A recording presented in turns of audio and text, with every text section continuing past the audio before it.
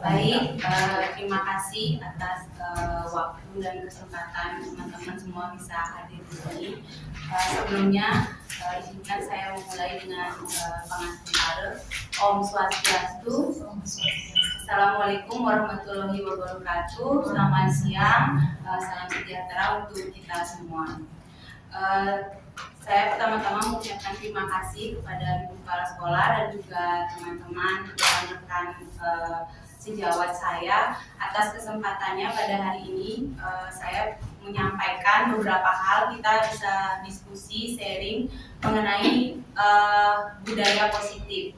Ini merupakan salah satu materi yang saya dapatkan sebagai calon guru penggerak angkatan 7 dari Kabupaten Badung, dan akan menyampaikan yang sudah saya lakukan kepada rekan-rekan semuanya. Mungkin sebelum kita memulai kegiatan ini, saya mohonkan juga beberapa pencerahan mungkin ataupun saran dari Ibu Kepala Sekolah atas kegiatan kita pada siang hari ini. Untuk waktu dan kesempatan, saya persilakan. Terima kasih. Selamat siang, ibu-ibu dan ibu-ibu semua. Selamat siang. Sebelum saya memberikan sedikit sambutan, jadi izinkan saya untuk mengucapkan puja Pamasukara Om Swastiastu. Assalamualaikum warahmatullahi wabarakatuh. Selamat salam sejahtera untuk kita semua.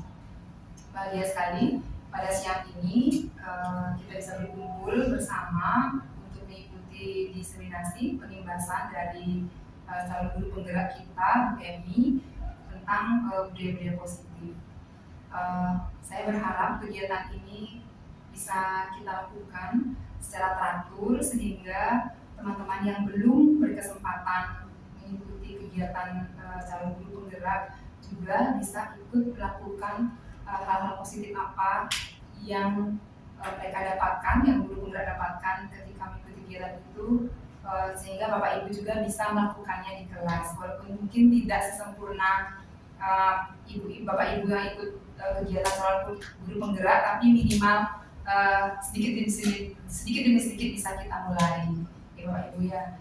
Jadi saya berharap kegiatan ini bisa dilakukan secara rutin, kemudian sehingga kita semua bisa berbagi, kemudian saling menginspirasi, mengikuti praktek-praktek baik yang telah dilakukan oleh Bu Emi ketika mengikuti kegiatan, sehingga kita bisa memberikan pembelajaran yang berpihak kepada murid, menggali potensi mereka, kemudian membimbing mereka sehingga mereka bisa mengembangkan kemampuan-kemampuan yang mereka miliki. Oke, demikian Bu Emi ya, Pak Ibu. Demikian yang dapat saya sampaikan. Semoga kegiatan ini bisa memberikan manfaat buat kita semua. Terima kasih. Terima kasih kepada Ibu Kepala Sekolah atas beberapa arahannya. Semoga kegiatan ini bisa bermanfaat untuk kita semua. Terima kasih. Ibu, terima kasih sekali lagi. Kita santai saja. Saya cuma ingin sharing saja. Mungkin juga teman-teman di sini pasti sudah melakukannya. Cuma mungkin ya tidak terlaporkan saja gitu. Kita mulai saja. Biar tak berat, bukan materi ya. Bahan diskusi kita pada siang hari ini yaitu tentang budaya positif. Yang pertama tentunya kita lihat dulu apa makna dari budaya positif itu sendiri. Apakah kita mungkin secara tidak sadar atau mungkin tidak harus mengenal itu yang namanya budaya positif, tapi kita sudah menerapkannya selama ini bersama dengan anak-anak kita di kelas.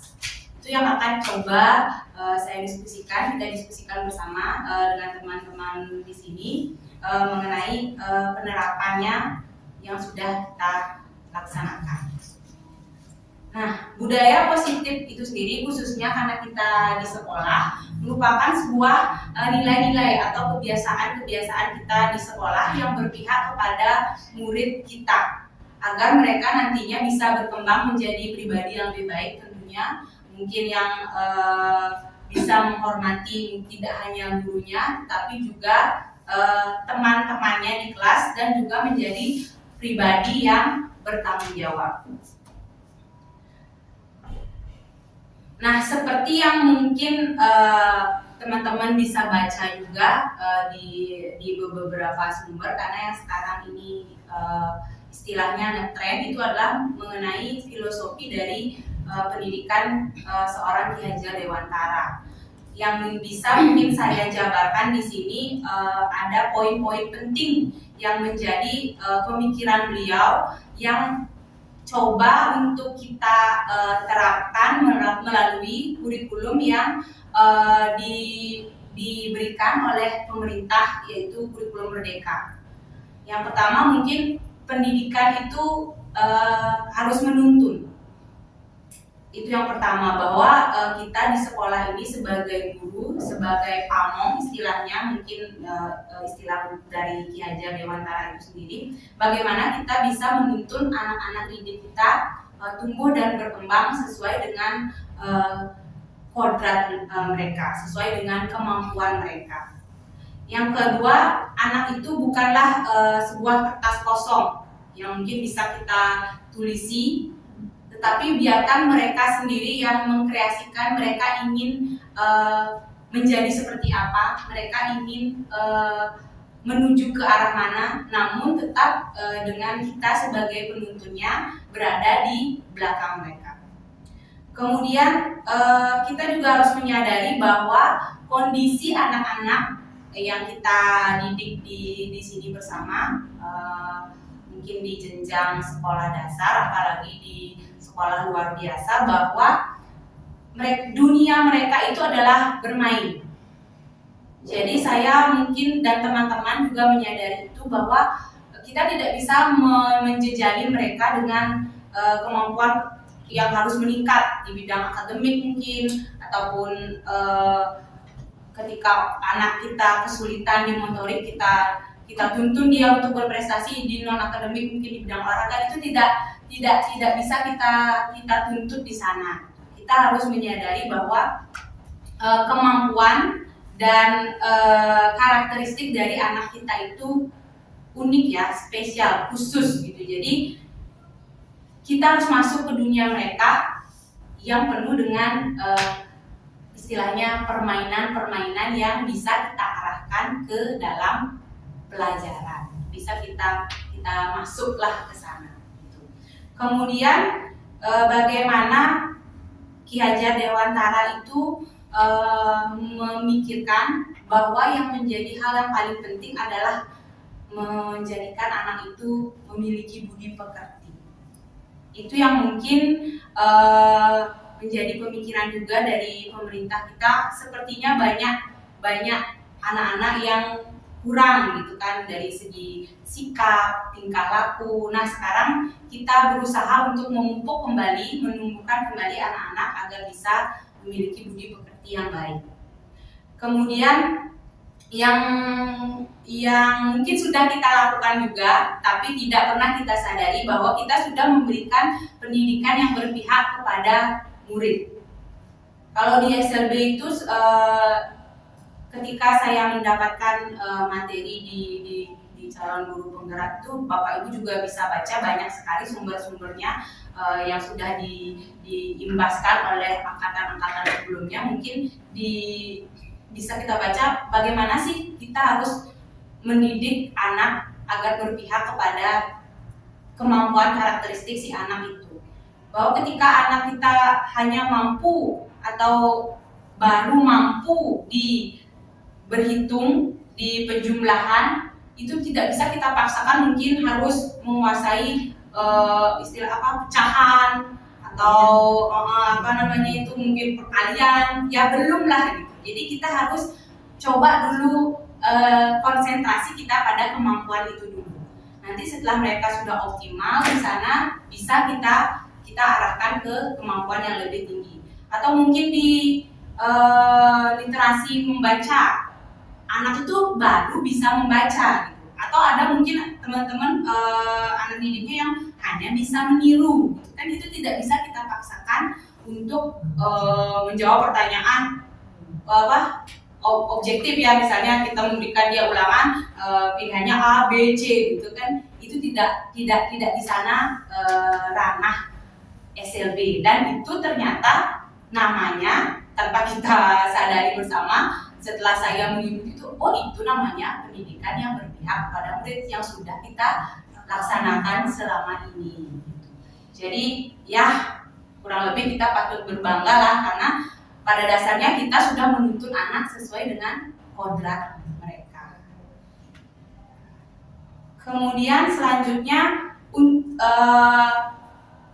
paradigma yang terjadi di sistem pendidikan kita bahwa dalam kita membangun budaya positif itu bahwa sekolah harus menyediakan lingkungan yang positif yang mendukung kita untuk bisa menerapkan nilai-nilai positif yang ingin kita coba terapkan kepada anak didik kita. Bagaimana mereka nantinya bisa menjadi sosok yang mandiri dan juga bisa nanti menjadi berguna di masyarakat. Kemudian biasanya disiplin itu dikaitkan dengan kontrol dari diri kita sendiri. Bagaimana kita mengontrol diri untuk menjadikan tidak memaksa, tidak menuntut anak harus bersikap seperti itu, harus bersikap disiplin, tapi mereka muncul dari dalam diri mereka sendiri untuk melakukan hal-hal yang kita arahkan bahwa itulah yang baik untuk mereka. Apa sebenarnya makna dari sebuah kata atau sikap yang ingin kita wujudkan bersama dari disiplin itu sendiri?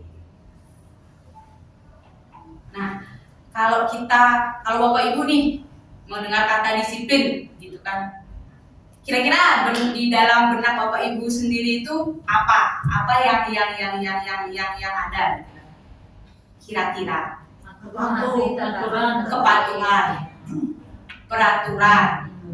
Ya pasti kurang lebih seperti itu ya, bahwa anak itu harus nurut gitu kan, duduk gitu kan biasanya. Terus kalau jam belajar ya di kelas gitu kan, di kelas dalam bentuk seperti yang ada kita sekarang ini, dalam sebuah ruangan, mungkin harus duduk anak-anak dan melihat ibu gurunya fokus gitu kan. Itulah yang kita pahami selama ini tentang disiplin itu sendiri. Tapi coba kita lihat, disiplin itu kadang juga tidak harus istilahnya seperti mengekang bahwa anak itu harus duduk, anak itu harus melihat papan tulis, anak itu harus menulis, gitu kan? Ini yang coba kita ubah agar anak itu dalam tanda kutip melihat gurunya tidak hanya karena takut nanti dimarahin ibu guru kalau tidak melihat, gitu kan? Kalau kalau ngobrol nanti dihukum, gitu kan? Itu yang coba agar tidak terjadi, tidak tumbuh dalam diri anak didik kita. Seperti kata Ki Hajar Dewantara bahwa konteks pendidikan kita ini adalah untuk menciptakan murid yang merdeka. Bagaimana disiplin diri itu seperti yang saya katakan tadi menjadi sebuah motivasi dari dalam diri anak itu sendiri, tidak dipengaruhi oleh bahwa nanti saya dihukum, atau nanti kalau saya jadi anak yang baik saya dapat jempol, dapat bintang. Bukan karena itu anak ingin melakukan kedisiplinan itu sendiri, tapi memang muncul dari dalam dirinya. Nah, di sini yang coba saya akan paparkan ada 5 hal dalam penerapan budaya positif di sekolah. Yang pertama, bagaimana sih sebenarnya konsep disiplin positif dan juga motivasi. Kemudian yang kedua, mengenai keyakinan kelas. Yang ketiga, mengenai pemenuhan kebutuhan dasar sebagai seorang manusia. Yang keempat, adanya 5 posisi kontrol. Terus yang kelima, mengenai segitiga restitusi. Mengenai teori motivasi perilaku manusia. itu ada 3 hal. Yang pertama, bahwa ketika melakukan sesuatu itu nanti dampaknya apa? Itu kita sebut sebagai motivasi eksternal, bahwa nanti anak akan melakukan sesuatu untuk menghindari sebuah hukuman atau menghindari sebuah ketidaknyamanan. Kemudian yang kedua, apabila saya melakukan misalnya mau nurut sama bu guru, mendengarkan penjelasan dari bu guru, itu nanti saya dapat apa? Biasanya anak-anak ada yang seperti itu kan. Ya, itu juga motivasi eksternal. Kemudian ada misalnya saya akan menjadi orang yang seperti apa jika saya melakukan kedisiplinan itu. Saya menurut dengan ibu guru di sekolah, gitu kan. Itu yang akan kita coba munculkan. Itu namanya motivasi internal untuk tujuan yang positif, tujuan untuk mencapai sebuah disiplin yang positif.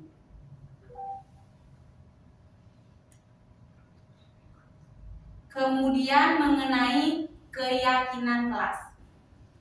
Mungkin banyak teman-teman yang sudah pernah mendengar ya keyakinan kelas. Mungkin juga ada yang sudah melakukannya.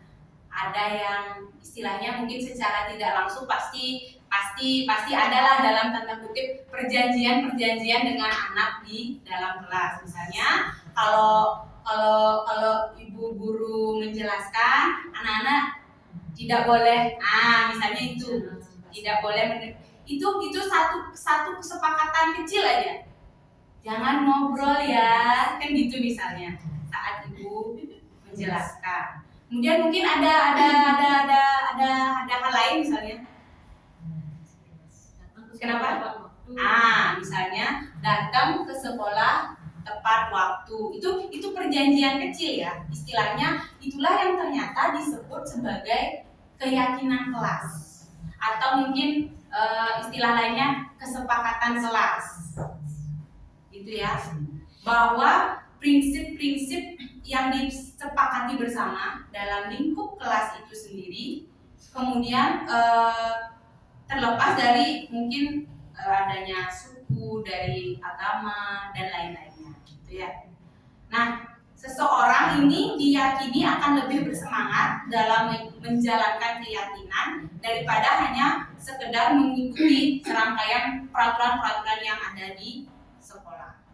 Itu bisa coba nanti Bapak Ibu terapkan juga, istilahnya itu dah nanti diingetin aja. Misalnya kalau anak-anak yang tunarungu gitu kan, kalau ditempelin kesepakatan kita ini ya, 1 tidak boleh datang terlambat, itu mungkin agak terlalu berat ya buat mereka, tapi mungkin bisa kita siasati. Saya kasih gambar jam gitu misalnya kan, cukup mungkin 3 atau 4 hal ya yang menjadi dalam tanda kutip keyakinan perjanjian Bapak teman-teman ibu-ibu yang ada di kelasnya. Mungkin nanti saya coba share lah apa yang sudah saya lakukan. Tapi teman-teman sebenarnya sudah kan, gitu kan, seperti ya sudah yang dilakukan, tapi mungkin ya tidak terlaporkan. Tidak tertulis ya. Ya begitu. Nah, keyakinan kelas itu sendiri yang seperti kita inikan bersama tadi ya, bahwa jangan terlalu banyak. Terus bersifatnya juga mudah dipahami anak-anak, kata-katanya yang disesuaikan dengan kemampuan anak-anak Bapak Ibu sendiri. Kemudian kita tanya semuanya, kita istilahnya, kalian mau nggak ini menjadi perjanjian kita ya, gitu misalnya. Jadi itu berdasarkan apa sih istilahnya biar keren itu urun pendapat gitulah ya, curah pendapat bersama anak-anak. Istilahnya walaupun kita guru SLB gitu ya, kan nggak apa-apa istilahnya friend. Oh ini udah hasil diskusi dengan anak-anak gitu kan. Anak-anak pilih sendiri mau misalnya yang itu dah yang belum bisa dalam tanda kutip belum bisa baca, ibu saya mau ini gitu, kasih aja mereka gambar. Oh ya berarti kamu milih yang tidak mau berbicara di dalam kelas gitu misalnya kan. Ya oke, sepakat ya gitu. Bisa lah 3 sampai 4 kesepakatan di awal-awal pembelajaran. Nah, bagaimana apa sebenarnya perbedaan antara peraturan dan sebuah keyakinan kelas itu sendiri? Di sini saya dapatkan sumbernya bahwa yang pertama, misalnya ada peraturan selalu mengembalikan buku pada tempatnya. Itu misalnya kita buat peraturan gitu ya. Tetapi dalam sebuah keyakinan kelas itu kita dorong, kita ubah mungkin bahasanya agar anak-anak itu mencoba untuk menjadi pribadi yang lebih bertanggung jawab, bahwa dia akan otomatis habis membaca sebuah buku dia akan otomatis mengembalikan ke tempatnya. Itu yang coba, nilai itu yang coba untuk ditumbuhkan dari sebuah keyakinan kelas. Begitu juga dengan contoh-contoh lainnya, misalnya dilarang mengganggu, misalnya ada yang cubit temannya gitu kan. Itu akan mereka belajar untuk menghargai orang lain, menghargai dirinya sendiri, gitu ya. Jadi itu contoh-contoh agar bahasanya menjadi lebih manis, lebih mudah dipahami oleh anak-anak, sehingga kita tidak hanya menuliskan 1, jangan datang terlambat, 2, tidak boleh makan di kelas, 4, tidak boleh mengobrol di kelas ketika ibu menjelaskan. Itu kan mungkin anak-anak agak ya agak gini ya, kok serem ya ibu guru itu gitu kan. Tapi ketika kita sepakati dengan sebuah gambar, anak-anak kan ayo ingat gambar ini enggak, oh iya bu guru kan, harapannya seperti itu. Apa bu Ras, sepertinya nggak bisa gitu ya. Ya 2 gambar aja coba. Sepertinya memang agak tidak bisa Bu Ros, tapi alangkah baiknya dicoba. Dari Ya, satu bener. dulu gambar. Ya 1 gambar Itu aja. saya sudah terapkan loh. Memang mereka ketika membuat itu, mereka itu sepertinya harus ada konsekuensi yang harus mereka bayar kalau mereka tidak menyetujuinya. Contoh sepele, tertib di kelas, duit yang awalnya bisa jalan-jalan begitu. Ini gambar apa? Duduk semua bu guru, duduk artinya tertib di kelas ya. Ya. Nanti kalau ada yang suka jalan-jalan apa hukumannya? Dia enggak dendam. Bagaimana kalau belajar di luar kelas, bukan dengan Bu Nining, tapi dengan Pak Wayan? Setuju. Gimana setuju ya? Ya. Nah, tadi si Dwi ini jalan-jalan terus. Dwi, coba lihat gambar itu yang tertib di kelas, semua duduk kan? Ya udah. Dwi gimana? Mau duduk atau belajar Mau belajar di luar? Enggak, gitu dia. Sambil dia marah-marah duduk dia. Soalnya belum Ngerti. Nggak ada salahnya dicoba dulu. Ya dicoba. murid yang tahun ini memang beda lah dengan yang kemarin. Kalau dari kelas besar nanti saya waktu kelas 1 pun Nah ini kan sekarang udah semester 2. Kemarin Ya. sudah Dan mungkin karena ini juga sih ya, ketika ini juga Bu Ros, sekarang kan Bu Ros sudah kita sudah ke gedung yang baru gitu kan. Ya, Artinya lebih luas, ya. kelasnya sudah sendiri, artinya juga dia merasa oh ini kelas saya gitu kan. Ini adalah daerah saya. Kan siapa tahu ketika kita coba yang ketika mungkin karena kelas 1 ya, coba aja agak berikan dia gambar murid duduk. Ayo semuanya nih lihat gambar apa misalnya. Misalnya anak-anak coba melakukan seperti yang ada di gambar ini. Memang kita mungkin kalau seperti yang dicontohkan Bu Nining, ketika ada contoh karakteristik anak, kita lihat juga karakteristik anaknya ya. Wah ini harus sedikit dalam tanda kutip dipancing nih. Apakah diberikan reward, apakah diberikan dalam tanda kutip sanksi hukuman nanti kalau nggak nurut belajar di luar gitu istilahnya. Ya siapa tahu kan kita kita coba ya. Dimunculnya. Ini disepakati bersama. Ya, disepakati bersama karena kan sama anak-anak. Sudah. Iya. Tapi Mau tulis. enggak ada tulis. Nanti kalau tidak melaksanakan gambar ini, berarti si A, si B mungkin lebih suka belajar di luar, silakan di luar. Kan ada juga anak-anak yang enggak mau, iya deh kan gitu akhirnya. Kalau anak B itu biasanya kesulitannya gini, di tempat saya ada kesepakatan di saat belajar, memang tidak boleh saling cerita. Tapi memang kalau yang di B itu kan memang paling susah. Bentar anak-anak gini, bentar anak-anak gini. Karena mereka pakai bahasa isyarat sendiri kan, kita nggak sempatlah lihat gitu kan. Makanya di situ mungkin kalau ada sanksinya kira-kira yang terus diapakan itu yang saya belum. Mungkin berapa kali? Oh iya. Ya, baru satu kali ibu lihat ya. Nanti kalau sampai 3 kali, ayo mau belajar di luar ya, misalnya seperti Yang pribadi susah. atau mungkin mau belajar di depan, mungkin mau berbicara apa silakan di depan. Maju belajar di luar. Mungkin kalau belajar di luar. Ya, takut ya. Maju dia. Ya malah disuruh gitu sambil malah ya, karena karakteristik anaknya.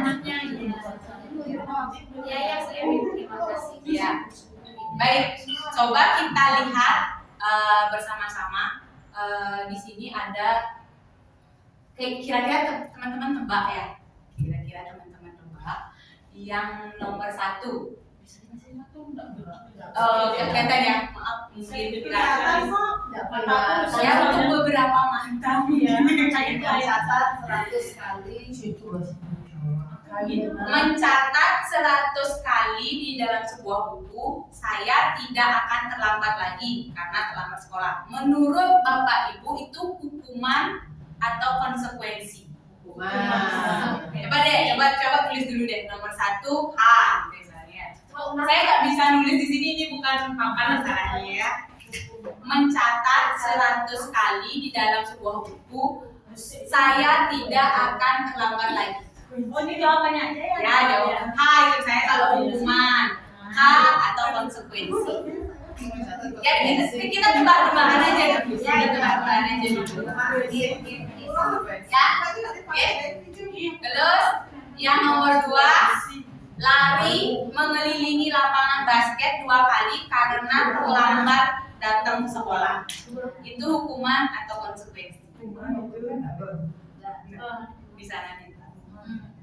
Nah, terus yang nomor 3, murid diminta push up 15 kali karena tidak memakai masker. Nah, terus yang nomor 4, menggantikan kertas tugas teman yang telah dia coret-coret. Jadi ada murid nih yang coret-coret kertas temennya, dia disuruh ganti. Itu hukuman atau konsekuensi? Terus membersihkan tumpahan air di meja karena dia nyenggol. Terus murid diminta tidak mengenakan sepatu karena dia tidak memakai sepatu hitam. Peraturannya di sekolah ini harus sepatunya hitam. Murid tidak mengenakan sepatu. Dia kan misalnya pakai sepatu putih itu suruh lepas. Terus lari mengelilingi lapangan basket karena terlambat 10 menit di pelajaran olahraga. Dia dibocorin dia. Nah, Ya. saya jawab semua. Sudah. Saya maunya pakai itu apa namanya? Tapi takut nanti dia nggak takut nggak tampil nanti di sini ya. Oke, udah ya. 1, kita cek jawaban teman-teman semuanya. 1, 2, 3. Hukuman. Nah, ayo. Hukuman. 1 hukuman, 2 hukuman, 3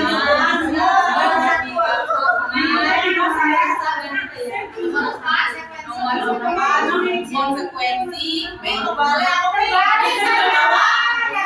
Nomor 5 konsekuensi. Nomor 6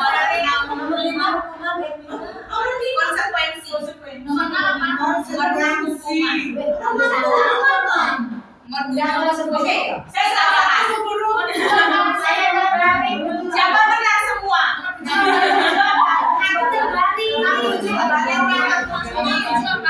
Tujuh konsekuensi. Salah dulu. Aku terbalik. Apa bedanya nih? Ayo bedanya nomor 7. Ya. Oke, kita bahas satu-satu. Apa yang pertama? Apa bedanya nomor 2 sama nomor 7? 2, 3, 4, 5, 6, 7. Lah, yang kedua, lari mengelilingi lapangan basket 2 kali karena terlambat hadir di sekolah.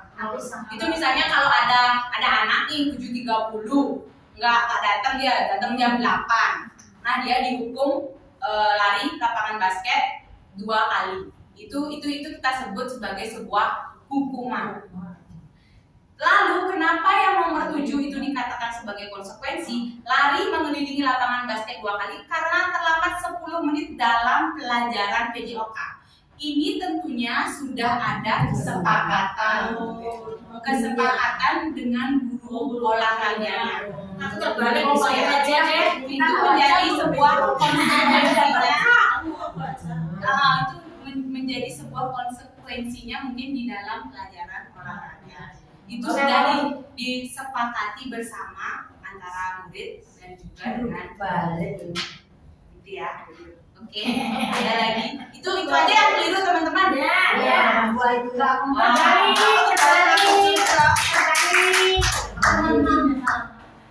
Murid disuruh mengenakan sepatu seharian karena tidak menggunakan sepatu hitam. Nah, ini juga konsekuensi kalau. Ini juga sempat di antara kami waktu istilahnya bertemu dengan instruktur, karena ada itu kan sebuah konsekuensi. Tapi jawaban dari ini bukan saya pembelaan ya, tapi jawaban dari instruktur itu bahwa sebuah peraturan itu tidak boleh memaksa, kan ya. Kita maunya kan istilahnya merdeka gitu ya, dalam tanda kutip, bahwa rapi itu tidak selalu harus hitam, seragam itu tidak harus selalu kunci 2, gitu kan ya. Pakai pita merah hari Senin, Selasa biru, itu kan ya itu katanya istilahnya ya itu memaksakan hal-hal yang mungkin nggak terlalu teknis gitu ya. Karena sekarang ini pun banyak istilahnya rapi itu yang penting anak-anak rambutnya mungkin tidak acak adul gitu kan, tidak diwarnai mungkin kan, kalau anak-anak sekolah pakaiannya masuk gitu, pakai dasi yang baik, kemudian pakai kaos kaki yang benar, dan juga mungkin alas kaki yang layak gitu. Karena kan ketika menyeragamkan sesuatu itu boleh, tetapi kita tidak tahu, mungkin dia punya alasan sendiri memakai sepatu lain kan. Dia mungkin punya kemarin hujanan atau mungkin bolong, itu kan kita harus istilahnya gali dulu sebelum dalam tanda kutip menerapkan hukuman atau konsekuensi kepada anak itu. Gitu ya. Oke ya. Balik saja. Konsekuensi yang di sini sudah sama. Mau sama pelajaran itu gimana? Kan sekarang nggak kita kan asasnya pengenalan lingkungan sekolah. Namun jika mungkin masih ada sekolah atau oknum yang mungkin harus bawa apa, tapi itu pasti ada maknanya. Misalnya harus bawa warna apa, pasti dia ada filosofinya, tujuannya membawa itu apa. Itu kan hal-hal yang istilahnya teknis oleh sekolah itu sendiri. Ya.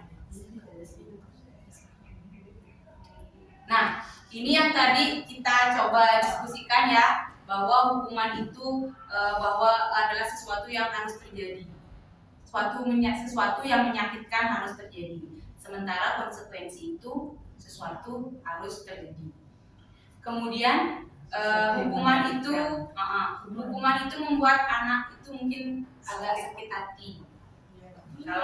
Kalau konsekuensi membuat anak tidak nyaman aja cuma sebentar. Iya ya, tadi aku hukuman itu mungkin ya seperti Ibu bilang kayak istilahnya pasti nanti lebih membekas. Sampai sekarang aja misalnya saya gitu ya pernah dihukum sama guru pasti keinget kan sampai di usia kita. Kenapa itu yang justru ya? Membekas ya. Anak itu menjadi lebih disiplin. Anak zaman dulu mungkin angkatan Ya. anak kita.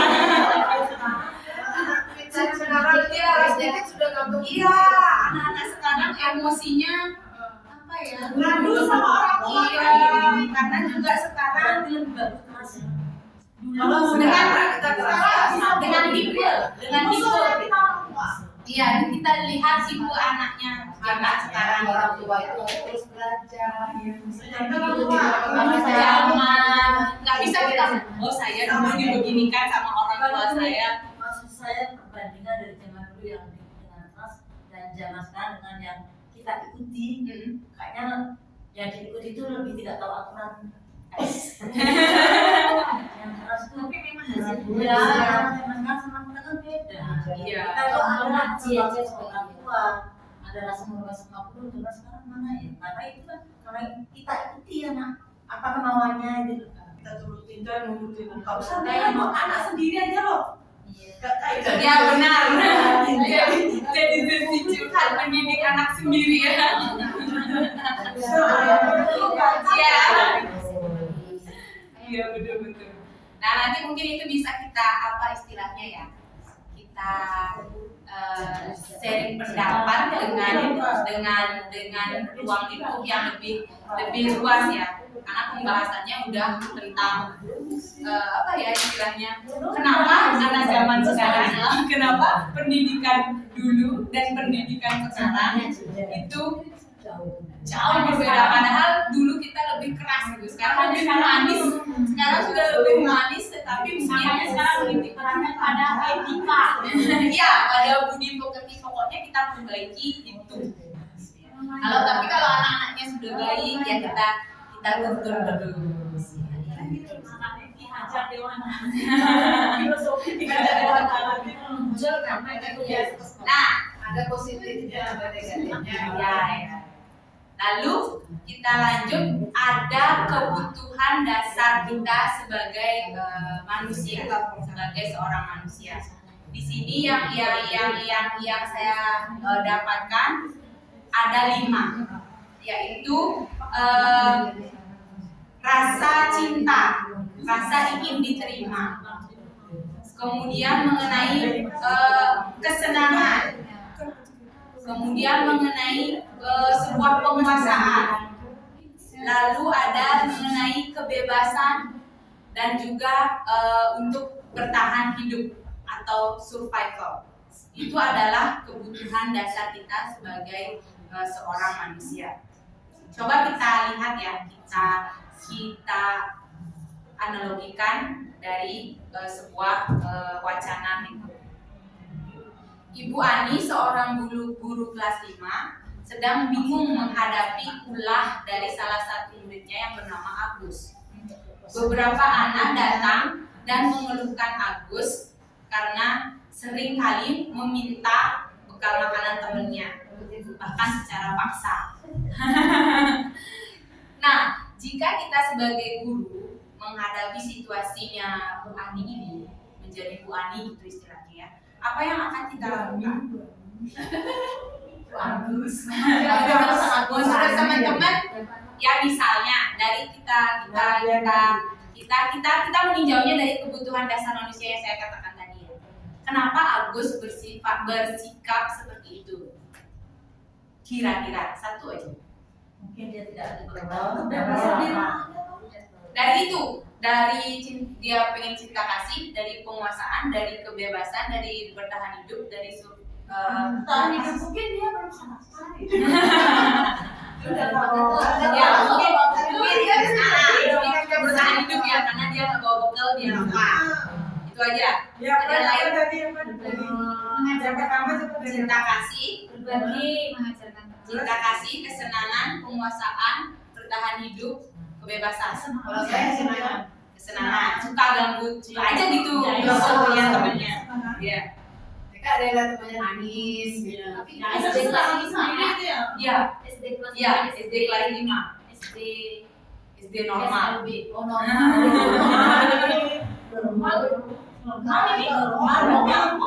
Nggak berarti belum pernah di CGP ada contoh SMP. Ini namanya apa nih? Jadi sampai ini jadi kelas kita SLB. Senang aja sih ya. Kalau bulat begini kan tahu. Senang Iya, jahit. kesenangan aja ya. Ya. Nah, dari pandangan teman-teman itu bahwa kita pasti tentunya harus menggali informasi dari si Agus itu kan. Kalau jadi guru, jadi Bu Ani itu pasti harus nanyain dulu kenapa sih dia itu suka merebut.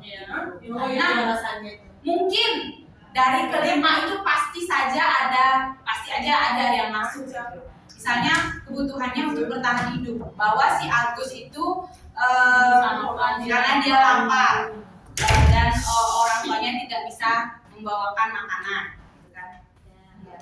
Kasih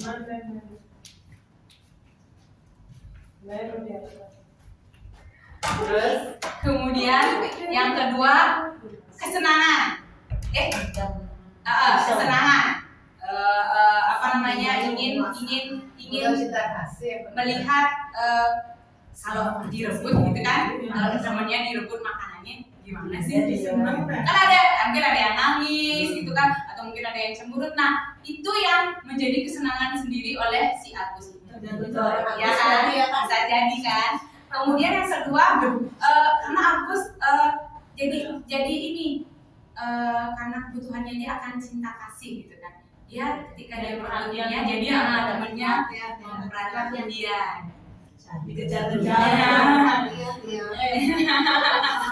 Nah, kemudian ada juga karena dia ingin mendapat sebuah pengakuan, menjadi sebuah penguasaan di kelas. Ketika orang dia ngomong jadi takut gitu kan, nanti amun sama aku, jadi semuanya takut melihat Agus. Itu sebuah pengakuan ingin dibilang bahwa dia sebagai penguasa. Semua bisa. Iya. Makanya semua kelima itu bisa, makanya kita harus menggali dulu, menanyakan dulu kenapa sih si Agus itu begitu, gitu kan ya. Lalu selanjutnya ini adalah posisi kontrol kita sebagai guru. Bisa saya jabarkan, cuman kayaknya lebih enak kalau kita melihat contoh langsungnya ya. Di sini ada sebuah tayangan video. Kita simak bersama ya. Sangat bahagia Ibu dan Bapak Guru hebat dalam penerapan disiplin positif restitusi. Salah satu program yang dikembangkan adalah 5 posisi kontrol. 5 posisi kontrol dalam restitusi adalah proses perjalanan seorang pendidik agar dapat mengenali dirinya. Pada video kali ini, kita akan membahas tentang 5 posisi kontrol yang dikembangkan oleh Dayat Gosen dan contoh penerapannya. Biar kenceng nih. Lagi nyolong. Lu tuh. Aku bilang yang Lutut dulu. Posisi pembuat rasa bersama. nih. Di sini udah benar. 4. Posisi pemantau atau monitor. Dan 5. Posisi manajer. Untuk lebih memahami kelima posisi tersebut, Ibu harus mendapatkan kasus yang terlihat waktu di sekolah dan melihat bagaimana kelima posisi kontrol dalam menghadapi masalah tersebut. Pertama itu ada posisi pembuku. ini kasihan.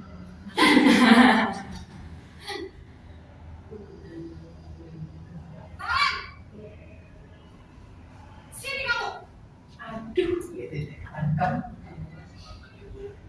Selalu terlambat. Kamu deh pasti terlambat. Aku, saya Apa? Apa coba? Alasan kamu apa lagi?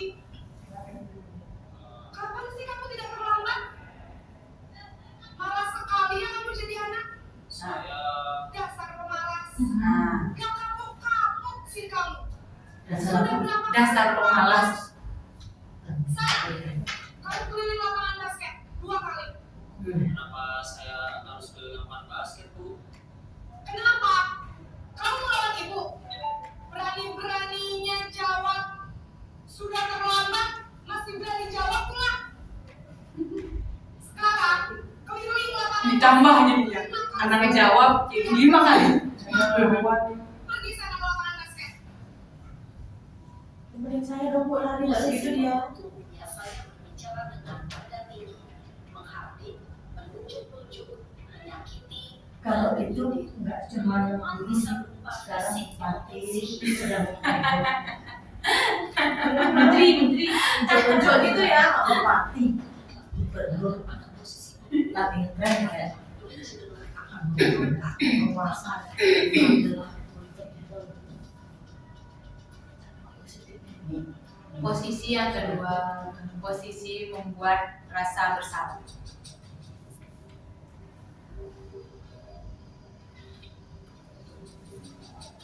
Dia guru apa sih ini?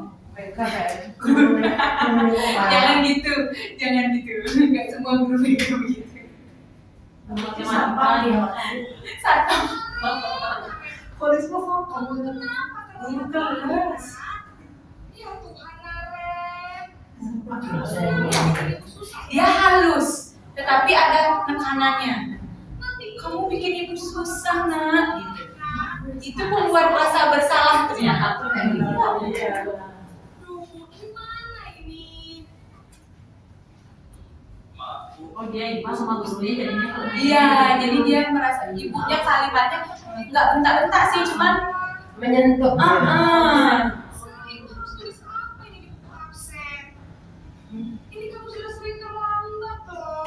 kalau mulai jadi ibu harus apa gitu katanya. Maaf sekali. Ya sudah, Jadi lain merasa kali bersalah. jangan bikin ibu susah lagi ya. Nah, ditekankan lagi. Jangan kali jangan bikin ibu susah lagi ya. Bisa saja nanti kalau ibu tegur bapak kepala sekolah. Sana cepat ke kelas. Nanti ibu gurunya sakit jadi penyakit jantung Ya, ya. saya Posisi merasa bersalah, berbicara dengan nada tenang. Namun kata-katanya nyalahin si anak itu. Memandang buruk dirinya sendiri, merasa tidak berharga, dan tidak sanggup membahagiakan orang lain. Ketika guru mengambil posisi membuat rasa bersalah, murid akan menganggap dirinya yang bersalah dan ia akan menyimpan emosi negatif tersebut di dalam dirinya. nggak bagus juga. Nah, sekarang ini posisi teman. Anggap memang Berapa kali dia syuting? Dia syuting dengan 5 posisi kontrol. Iya, kenapa kalau Aduh, ibu itu. ada aja sampai yang tadi ya dunia. Ini lambat 2 kali deh, Ki. Apa ini nak? Terlambat lagi ya saya. Iya, Bu. Habis ibu saya belum membangunkan saya, Bu. Kamu malah menyalahkan ibu kamu. Kamu Ya, kan biasa anak gitu. yang larinya paling kencang. Kok terlambat sih? Jadi dipuji dulu anaknya. Kan kamu tuh larinya kencang, tapi kok masih telat? Tetap gak kencang, Bu. Ya sudah sana. Nanti lain kali larinya lebih kencang lagi ya. Biar gak terlambat lagi. Bikin senang ibu. Demi ibu. Bisa kan? Bisa lah, Bu. Ya sudah sana masuk kelas. Ibu beresin urusan absen kami. Kamu ini ada-ada saja. Jadi kayak udah bro gitu kan. Berbicara dengan nada suara ramah, akrab, cenderung bersenda gurau untuk menjaga suasana tetap santai. Murid akan merasa senang, aman, dan akrab dengan guru. Identitas yang tercipta adalah identitas Ini geser, setiap hari Kita sebagai posisi teman ya, keseringan ya. teman, yang sering posisi teman ini yang Tapi yang ini dia tahu juga sih. Lambat juga. Yuk datang duduk. Saya tentang malas mau guru gitu dia. Makanya saya Nah, ini adalah posisi pemantau.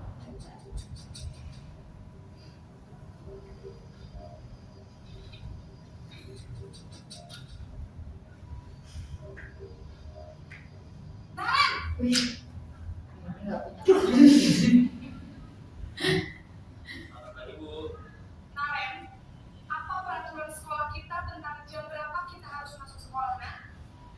kita harus di sekolah jam 7, Bu. Iya betul, sekarang sudah jam 7.20. Naren sudah tahu konsekuensinya jika terlambat hadir. Tahu, saya harus tinggal kelas pas jam istirahat selama 20 menit. Iya benar, konsekuensinya demikian.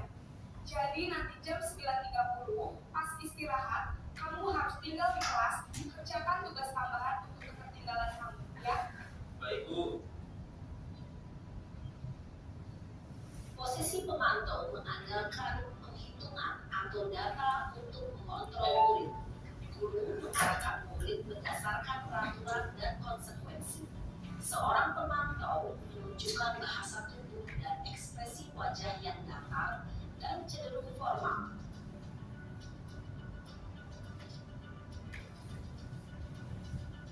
Ini yang terakhir, posisi manajer.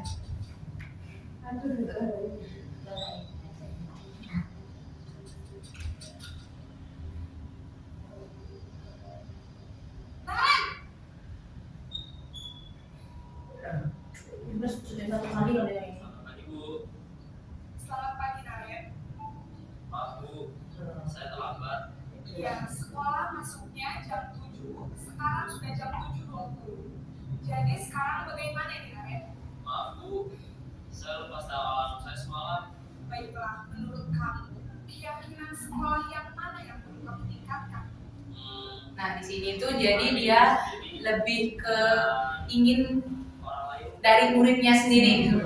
Dia tidak bilang lalu bagaimana karena kamu terlambat. Jadi dia si murid ini harus mengutarakan apa kesepakatan yang sudah ada di sekolah itu. Bagaimana kamu akan memperbaiki masalah keterlambatan ini? Jadi dia tidak akan pernah saya akan coba untuk tidak lupa menyediakan alarm saya, Bu. tidak pernah mengatakan hal yang menjadi solusi. Ada orang yang kira-kira bisa bantu mengingatkan tidak? Selalu pertanyaan-pertanyaan positif yang menggiring pendapat dari si anak itu. Selain Kak Emma, ada ibu saya. Baik, jadi yang mengingatkan Naren adalah Kak Emma dan Ibu kamu ya. Kira-kira akan mulai setelah kapan nih Naren? Setelah pulang sekolah, akan segera saya lakukan. Baik, jadi Naren akan setel alarm bangun besok pagi dan akan diingatkan oleh kakak dan ibunda Naren ya. Ada lagi yang mungkin perlu dilakukan Naren agar tidak terlambat bangun lagi. Tidak ada, Bu. Baik Naren, terima kasih untuk kerjasama kamu. Sekarang kamu perlu kembali ke kelas untuk belajar. Baik, Bu. Terima kasih. Posisi manajer adalah posisi kontrol yang disarankan untuk membimbing murid. Jadi ini adalah posisi yang disarankan untuk kita Yaitu miliki. murid yang mandiri, bertanggung jawab, dan dapat memecahkan masalah. Tujuan dari posisi ini adalah agar Belajar ya. guru akan dengan tulus memberikan pertanyaan-pertanyaan makna sehingga murid dapat belajar dari kesalahannya dan mencari sebuah solusi untuk menyelesaikannya.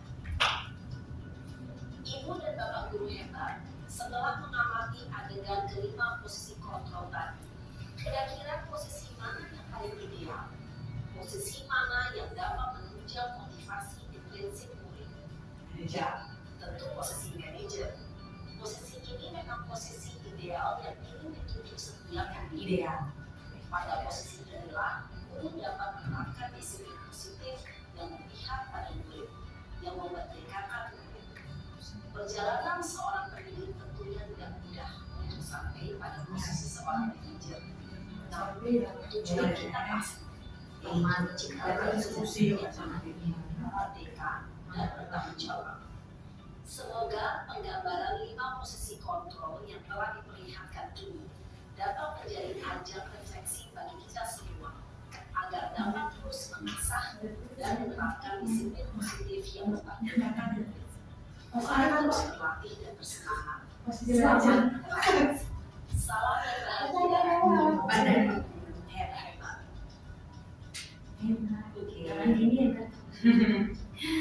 Ya, jadi itu adalah 5 posisi kontrol yang yang ada dalam, sebenarnya mungkin ada dalam diri kita masing-masing ya.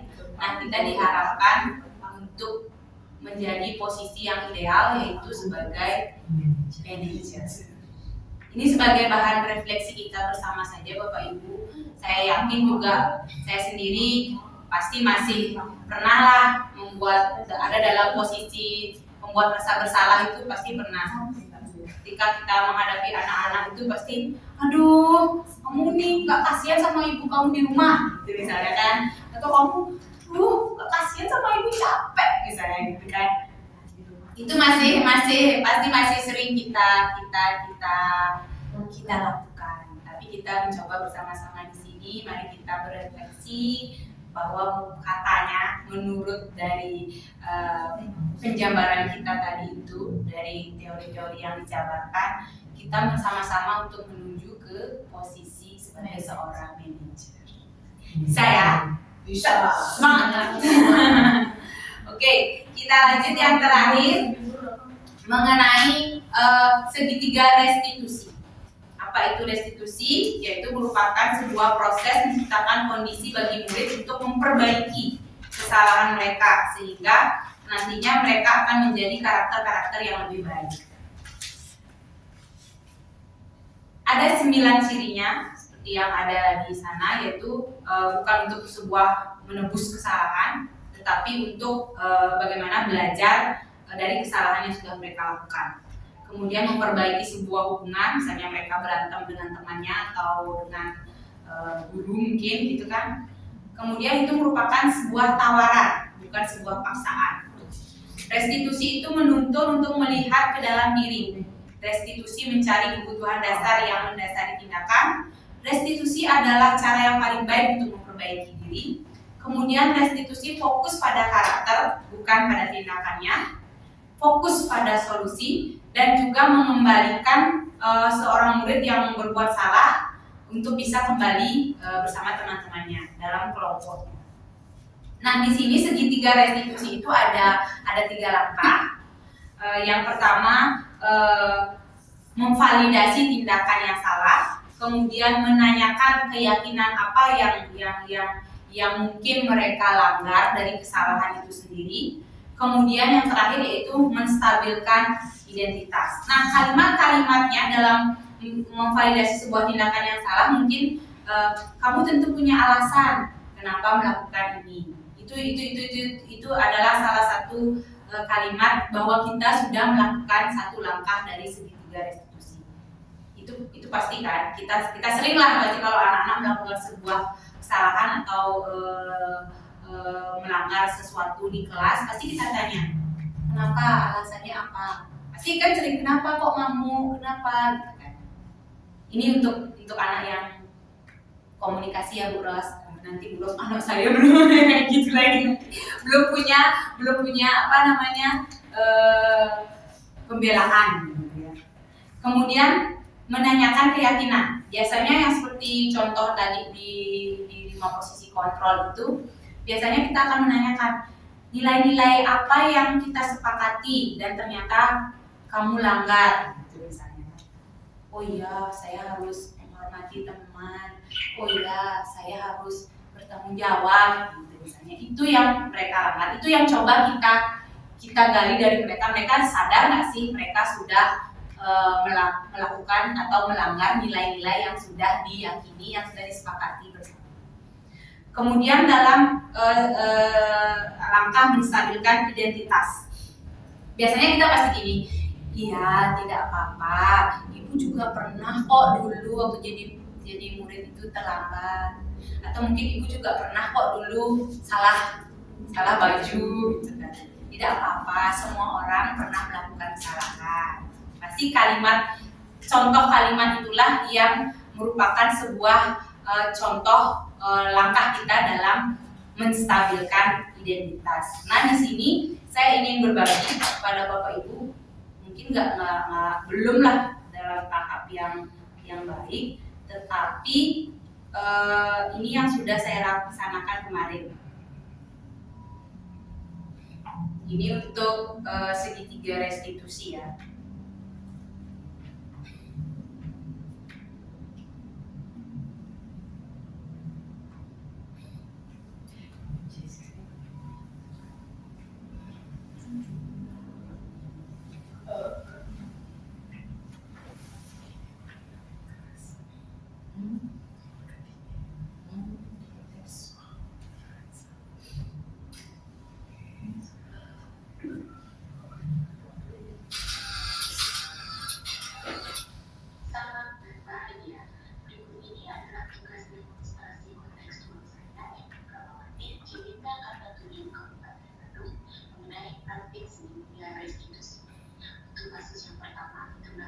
Kasus yang pertama itu kebetulan kemarin waktu kita pemeriksaan kesehatan, saya lihat salah seorang anak nggak pakai seragam sekolah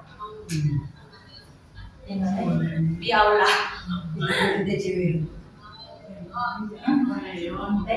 Aman.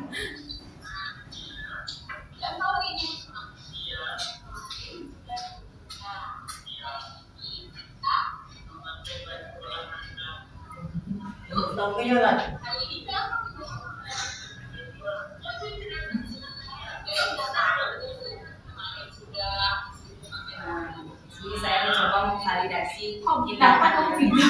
Kebetulan aja. Apa siapa? Dia yang buat tugas. Yang betul kamu. Itu siapa? Agung Manggaru kebetulan ada di samping saya. Terus saya panggil minta tolong. Oh, kamu sudah tahu? Iya, ada bahan. Oh iya, ada. Sebenarnya maunya kan di kelas, artinya untuk anak-anak aja. Tapi kan kayaknya masa nyari kesalahan. Kalau anak saya udah saya nggak ngelakuin kesalahan, masa saya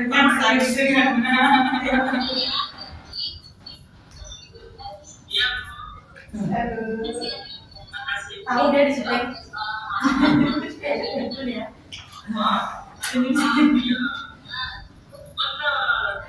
Orangnya gini, ibu itu diapain gitu kan, disuntik ya, nanti bilang enggak apa-apa.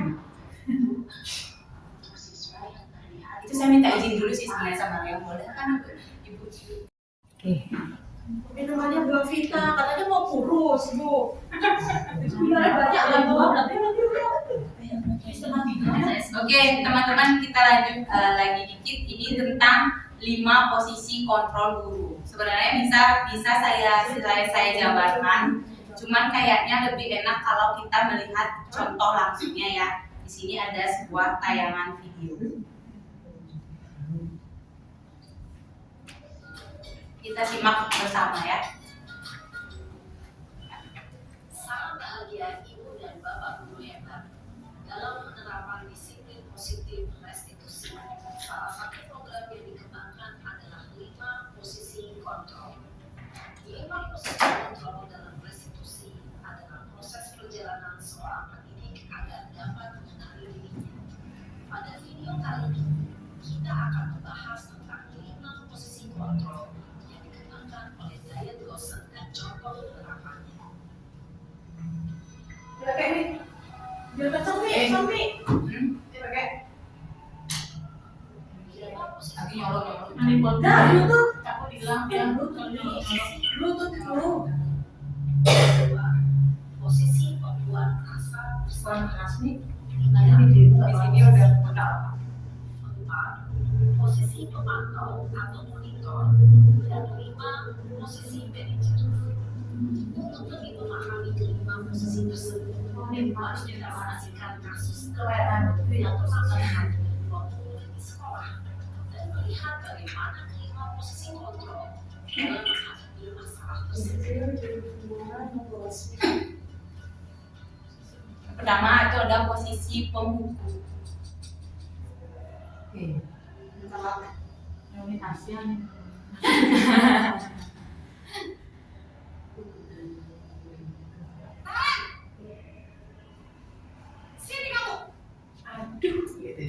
Selalu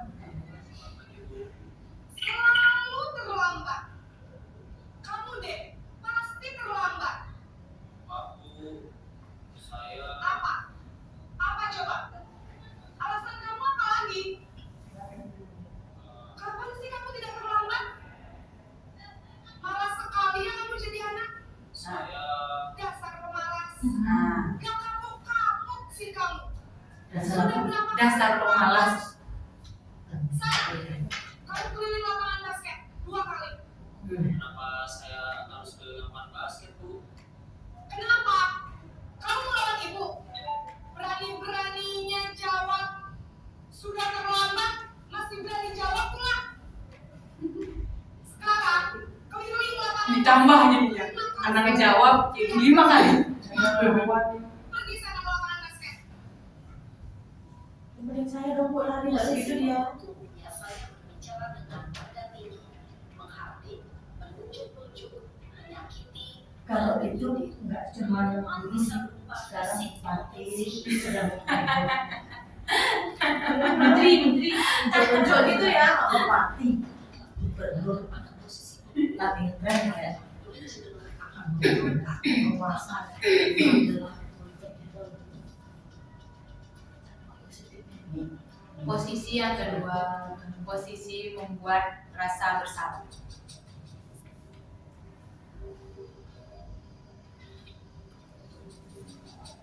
Dia guru apa sih ini? Mereka kayak Jangan gitu, jangan gitu. Enggak semua guru BK begitu. Namanya siapa dia? Satu. Polis apa? Kamu Kenapa Guru terlambat? kelas. Ya Tuhan, Naren. Dia halus, tetapi ada tekanannya. Kamu bikin ibu susah, Nak. Gitu. Itu membuat rasa bersalah ternyata. Duh, gimana ini? Maaf, Bu. oh dia ipa sama gurunya jadinya kalau Iya, jadi dia merasa ibunya kalimatnya nggak bentak-bentak sih, cuman menyentuh. Sering harus tulis apa ini di buku absen? Ini kamu sudah sering terlambat loh. kalau mulai jadi itu ibu harus apa gitu katanya. Maaf sekali. Ya sudah, lain kali jangan bikin ibu susah lagi ya. Nah, ditekankan lagi. Jangan kali jangan bikin ibu susah lagi ya. Bisa saja nanti kalau ibu tegur bapak kepala sekolah. Sana cepat ke kelas. Nanti ibu gurunya sakit jadi penyakit jantung ya. Saya posisi membuat rasa bersalah, berbicara dengan nada tenang, Heeh. cenderung lebih Namun kata-katanya nyalahin si anak itu. gagal, memandang buruk dirinya sendiri, merasa tidak berharga, dan tidak sanggup membahagiakan orang lain. Ketika guru mengambil posisi membuat rasa bersalah, murid akan menganggap dirinya yang bersalah dan ia akan menyimpan emosi negatif tersebut di dalam dirinya. bagus juga. Nah, sekarang ini posisi teman. Berapa kali dia syuting? Dia syuting dengan 5 posisi kontrol. Iya, kenapa kalian Aduh, ibu itu ada lagi. aja sama yang tadi ya dunia. Ini dia terlambat 2 kali ya Ki. Apa ini nak? Terlambat lagi ya saya. Iya, Bu. Habis ibu saya belum membangunkan saya, Bu. Kamu malah menyalahkan ibu kamu. Kamu Ya, kan biasa anak deh. yang larinya paling kencang. Kok terlambat sih? Jadi dipuji dulu anaknya. Kan kamu tuh larinya kencang, tapi kok masih telat? Tetap gak kencang, Bu. Ya sudah sana. Nanti lain kali larinya lebih kencang lagi ya. Biar gak terlambat lagi. Bikin senang ibu. Demi ibu. Bisa kan? Bisa lah, Bu. Ya sudah sana masuk kelas. Ibu beresin urusan absen kami. Kamu ini ada-ada saja. Jadi kayak udah bro gitu kan. Berbicara dengan nada suara ramah, akrab, cenderung bersenda gurau untuk menjaga suasana tetap santai. Murid akan merasa senang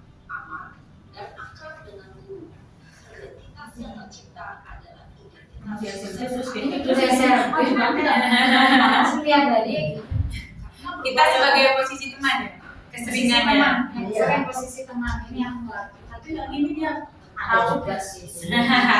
Bapak juga yuk datang duduk dan dia bisa dan nanti malas mau buru gitu dia. Makanya saya Nah, ini adalah posisi pemantau.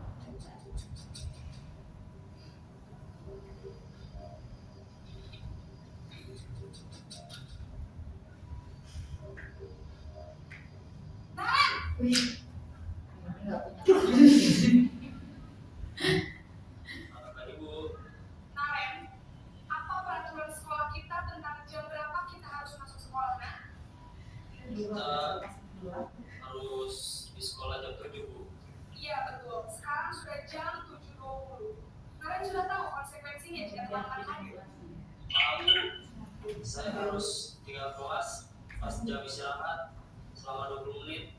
Iya benar, konsekuensinya demikian.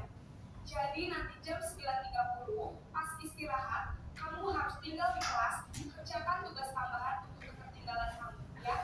Baik, Bu. Posisi pemantau mengandalkan penghitungan atau data untuk mengontrol murid. Guru mengarahkan murid berdasarkan peraturan dan konsekuensi. Seorang pemantau menunjukkan bahasa tubuh dan ekspresi wajah yang datar dan cenderung formal.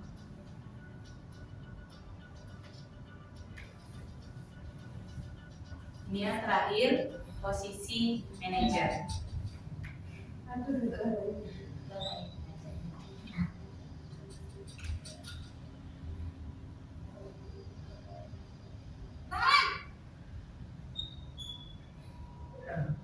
Terus sudah satu kali kalau yang ini. Bapak Ibu, Selamat pagi Naren. maaf Bu, saya terlambat. Iya, sekolah masuknya jam 7, sekarang sudah jam 7.20. Jadi sekarang bagaimana nih Naren? Maaf Bu, saya lupa setel alarm saya semalam. Baiklah, menurut kamu, keyakinan sekolah yang mana yang perlu kamu tingkatkan? Nah, di sini tuh jadi dia lebih ke ingin Orang lain dari muridnya sendiri gitu. Dia tidak bilang lalu bagaimana karena kamu terlambat. Jadi dia si murid ini harus mengutarakan apa kesepakatan yang sudah ada di sekolah itu. Bagaimana kamu akan memperbaiki masalah keterlambatan ini? Jadi dia tidak akan pernah saya akan coba untuk tidak lupa menyedang Ah. alarm saya, Bu. tidak pernah mengatakan hal yang menjadi solusi. Ada orang yang kira-kira bisa bantu mengingatkan tidak? Selalu pertanyaan-pertanyaan positif yang menggiring pendapat dari si anak itu. Selain Kak Emma, ada ibu saya. Baik, jadi yang mengingatkan Naren adalah Kak Emma dan ibu kamu ya. Kira-kira akan mulai setelah alarm kapan nih Naren? Setelah pulang sekolah, akan segera saya lakukan. Baik, jadi Naren akan setel alarm bangun besok pagi dan akan diingatkan oleh kakak dan ibunda Naren ya. Ada lagi yang mungkin perlu dilakukan Naren agar tidak terlambat bangun lagi. Tidak ada, Bu. Baik Naren, terima kasih untuk kerjasama kamu. Sekarang kamu perlu kembali ke kelas untuk belajar. Baik, Bu. Terima kasih. Posisi manajer adalah posisi kontrol yang disarankan untuk membimbing murid. Jadi ini adalah posisi yang disarankan untuk kita Yaitu miliki. murid yang mandiri, bertanggung jawab, dan dapat memecahkan masalah. Tujuan dari posisi ini adalah agar Belajar ya. guru akan dengan terus memberikan pertanyaan-pertanyaan makna sehingga murid dapat belajar dari kesalahannya dan mencari sebuah solusi untuk menyelesaikannya. Ibu dan bapak guru hebat, setelah mengamati adegan kelima posisi kontrol tadi, kira-kira posisi mana yang paling ideal? Posisi mana yang dapat menunjang motivasi intrinsik murid? Ya, tentu posisi manajer. Posisi ini memang posisi ideal yang ingin ditunjuk setiap murid. Ideal. Pada posisi inilah, guru dapat menerapkan disiplin positif yang memihak pada murid, yang memerdekakan murid. Perjalanan seorang pendidik tentunya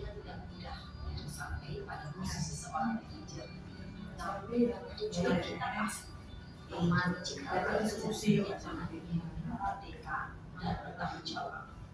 Semoga penggambaran 5 posisi kontrol yang telah diperlihatkan ini dapat menjadi ajang refleksi bagi kita semua agar dapat terus mengasah dan menerapkan disiplin positif yang bertanggung terus berlatih dan bersemangat.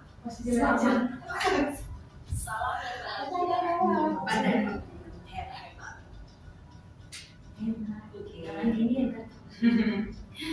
Ya, jadi itu adalah 5 posisi kontrol yang yang ada dalam, sebenarnya mungkin ada dalam diri kita masing-masing ya.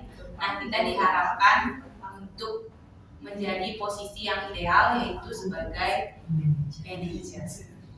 Ini sebagai bahan refleksi kita bersama saja Bapak Ibu. Saya yakin juga saya sendiri pasti masih pernah lah ada dalam posisi membuat rasa bersalah, itu pasti pernah. Ketika kita menghadapi anak-anak itu pasti, aduh, kamu nih gak kasihan sama ibu kamu di rumah, gitu misalnya kan. Atau kamu, gak kasihan sama ibu, capek misalnya gitu kan.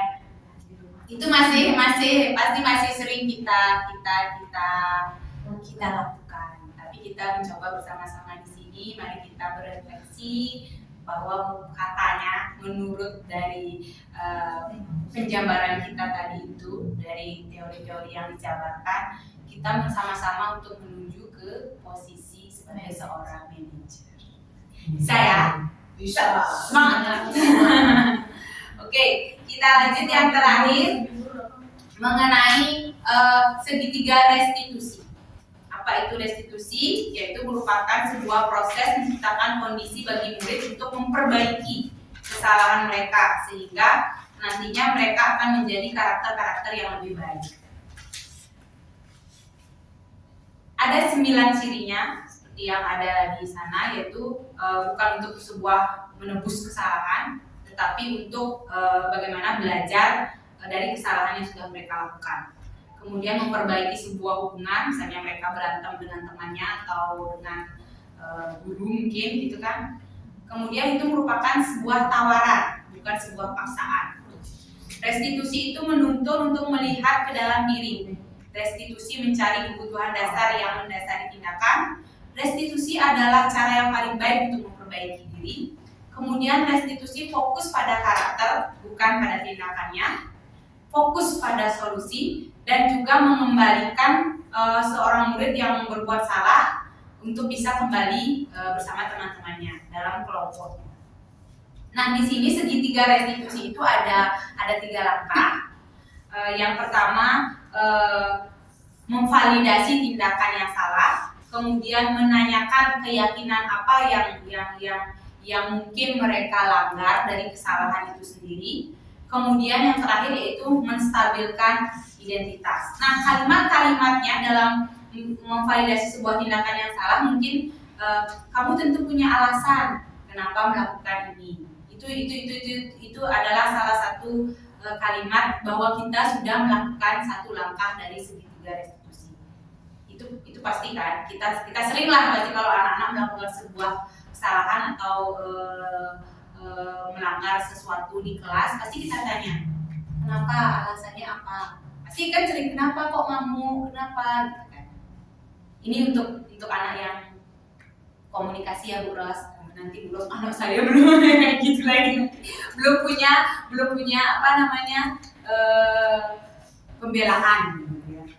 Kemudian menanyakan keyakinan. Biasanya yang seperti contoh tadi di 5 posisi kontrol itu, biasanya kita akan menanyakan nilai-nilai apa yang kita sepakati dan ternyata kamu langgar gitu misalnya.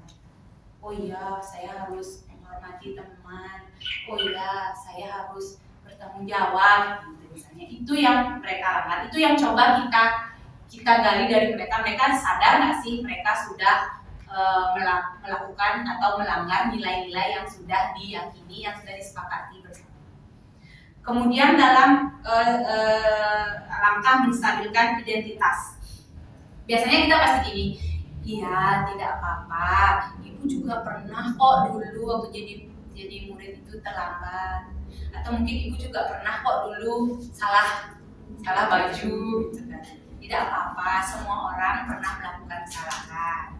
Pasti contoh kalimat itulah yang merupakan sebuah contoh langkah kita dalam menstabilkan identitas. Nah, di sini saya ingin berbagi kepada Bapak Ibu, mungkin belum lah dalam tahap yang baik, tetapi ini yang sudah saya laksanakan kemarin. Ini untuk segitiga restitusi ya.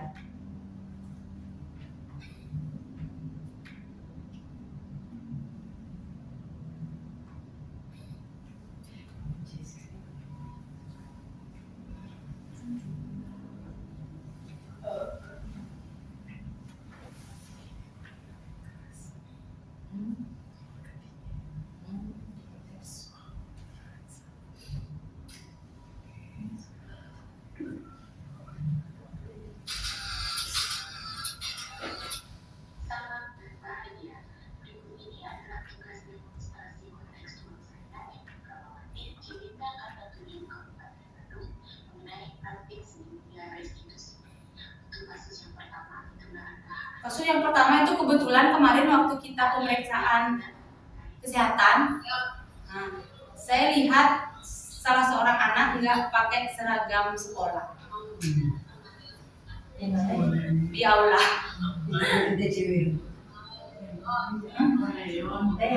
Aman. Jadi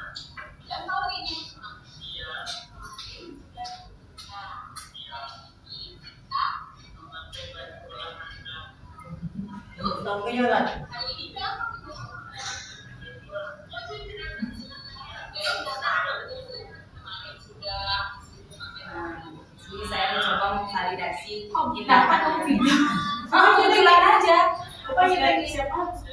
Dia yang buat tugas. Yang betul kamu. Itu siapa? Agung Manggarai kebetulan ada di samping saya.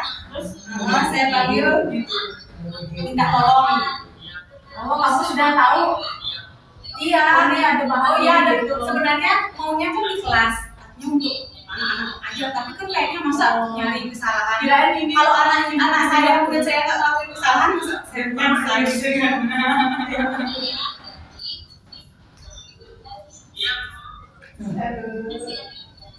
Tahu dia di situ.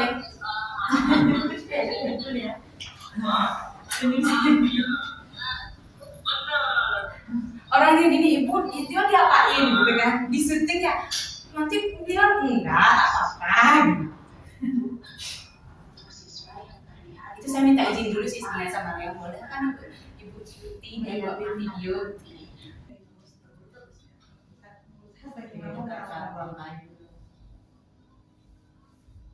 Kenapa kamu buang sampahnya sembarangan?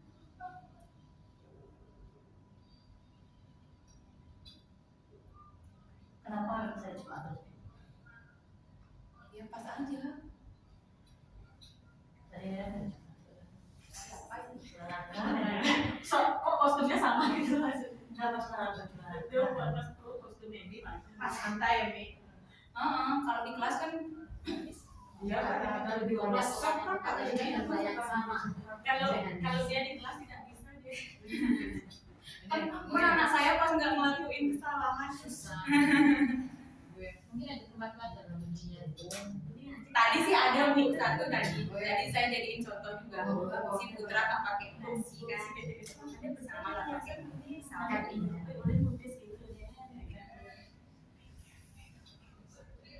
Kalau di sini kamar gitu. Ya.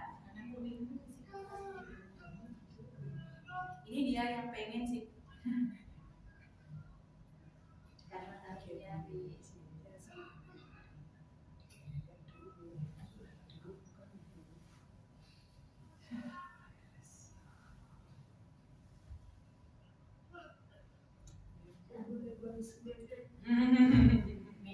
Tapi itu kalau video maskernya di sini loh. Di luar ruang, di luar. Video kan jadi barang. Kalau ini tim penilaian itu bahaya. Ya, itu sebenarnya mungkin tiga-tiganya langkah di dalam segitiga restitusi, salah satu aja kita sebenarnya sudah kita lakukan kan. Kita yang paling sering adalah pakai kutek dan ke sekolah. kita memvalidasi tindakan anak yang salah itu paling sering. Apalagi sekarang Ya. lato-lato di kelas. Oh, situ saya larang sekali bawa lato-lato gitu. Nah, lalu di sini ada contoh praktek keyakinan kelas yang coba saya terapkan di anak-anak ya. Di kelas gabungan sih dia istilahnya di kelas B ya. 5-6 ya. Di 4, 5, 6 gitu. Oh yang kemarin. Iya, kayaknya.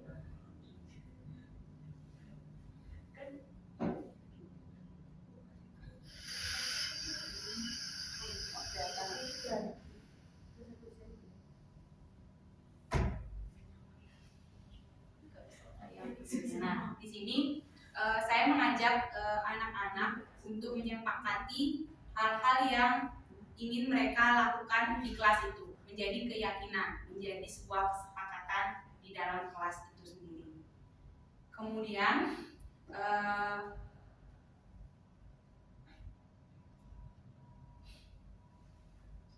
nah ini kesepakatan khusus untuk murid saya Ardi ya.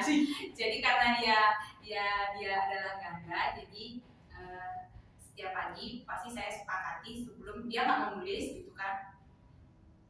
Dia akan mau menulis jika saya berikan kegiatan motorik terlebih dahulu, entah itu menggunting, entah itu menempel. Ketika dia sudah terpuaskan dengan kegiatan motoriknya, nanti dia akan mau menulis. Mana ya? Dia nanya siapa ya, saya butuh. Oh, Mario.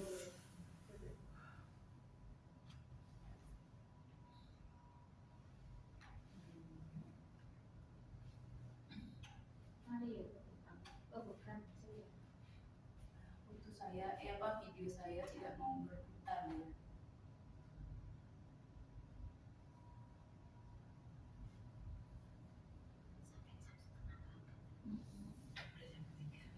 Oke, nggak mau. Jadi seperti itu ya Bapak Ibu, untuk contoh dari menerapkan keyakinan kelas di dalam kelas saya. Saya harap nanti kita bersama Bapak Ibu juga bisa mulai mencoba melakukannya di kelas. Entah itu keyakinan kelasnya yang tadi, entah itu mungkin berusaha melakukan segitiga restitusi ketika anak menyalahi keyakinan yang sudah disepakati, itu boleh-boleh saja.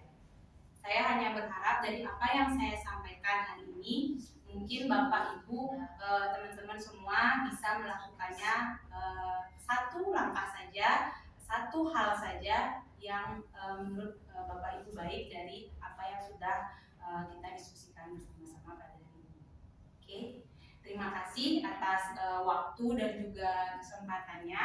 Mungkin nanti kita bisa lebih diskusi lagi, entah itu di grup atau di mana. Kita berbagilah di sana.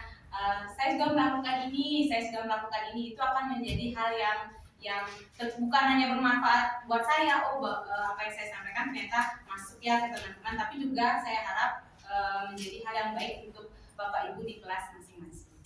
Demikian saya tutup dengan para Santi. Om Santi Santi Santi Om. Assalamualaikum warahmatullahi wabarakatuh. Terima kasih. Selamat siang. 1